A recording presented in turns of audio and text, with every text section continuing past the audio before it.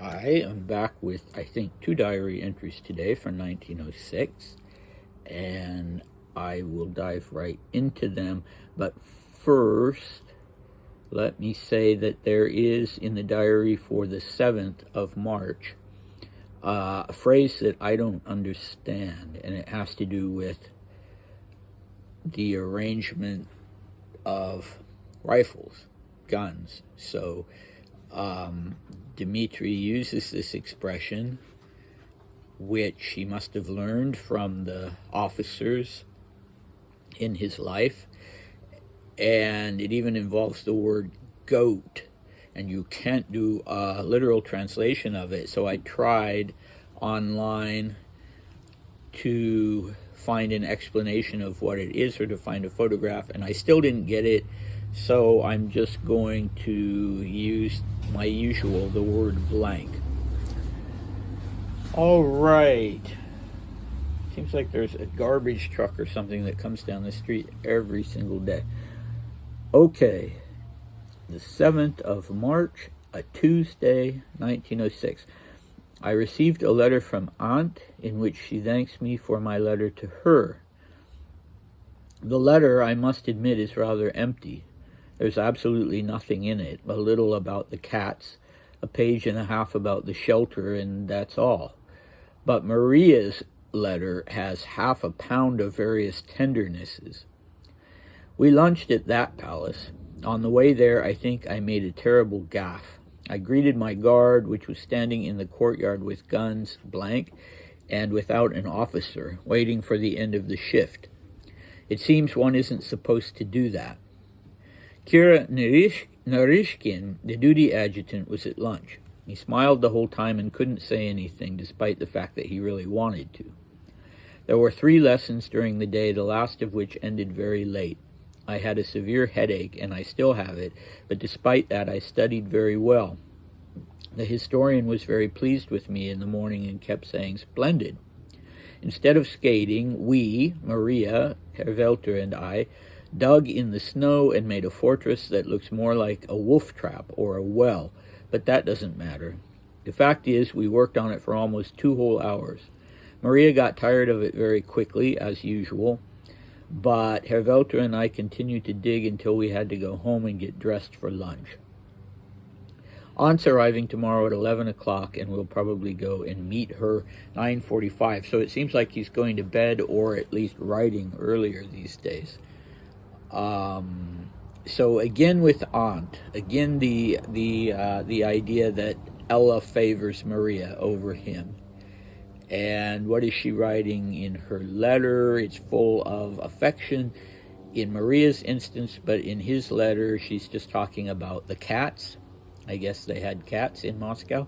And the shelter. I'm not sure what the shelter is. He doesn't use the usual word lazarette, but she was involved in all kinds of charitable activities in her capacity as a nun and the head of a monastic order.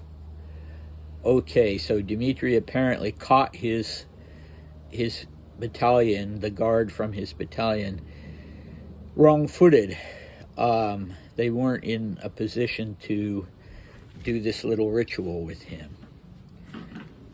And all right, Kira Narishkin is acting as the duty legal adjutant, and why he feels he can't talk, I don't know. Dmitri obviously knows him. In fact, he's using the nickname Kira, which is short for Kirill, and you would only do that basically if you were perdu with a person, although he doesn't just say Kira, he says Kira Narishkin, but that's probably so that to identify who the man is. So if Kira Narishkin is rather intimate with at least one member of the imperial family who's at lunch, then I'm not sure why he felt like he couldn't say anything. Okay, another headache. Dmitri seemed to have gotten rid of those for a while, but now we have another one. And in his adult diaries, he is not talking about headaches. at least it was a rare occasion. So I'm not sure what the problem with that was. A little bit of brotherly frustration with big sister, who isn't as enthusiastic about making a snow fort as little brother is. And okay, aunt is arriving.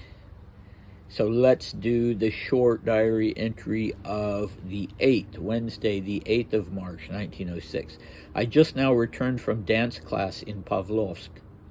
It wasn't as boring today as last time. It was actually quite fun. I clowned around frightfully, but M.N. Troitskaya didn't say anything and didn't even notice. In the morning, we went to meet Aunt. It was great. When we got home, Maria sat down to study, and I went for a ride with Aunt. The conversation was nothing special. We mostly talked about the soldiers. Aunt is leaving on Sunday. I have to go to bed. It's late, 10 o'clock. So usually when he says I have to go to bed, it's late. It's 10:30, 10:45. But, all right.